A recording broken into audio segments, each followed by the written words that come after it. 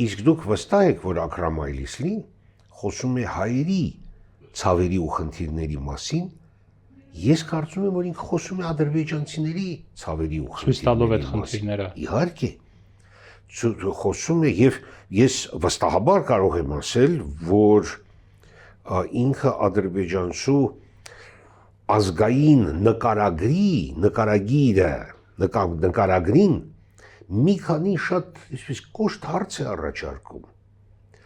եւ ես հետեւություններ եմ անում, որ կան այդ կոշտ հարցերը, որովհետեւ իմ ծանոթ ադրբեջանցիները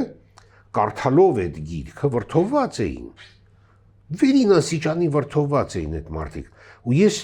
երբ որ փորձում էի վերլուծել ու հասկանալ ինչի էին վրդովված, ես հասկացա, որովհետև Այլիսլին իրենց ազգային ինքնությունն էր հարցականի տակ դնում։ Այդ տեսեք որտեղից է գալիս մեր, այսինքն ադրբեջանցու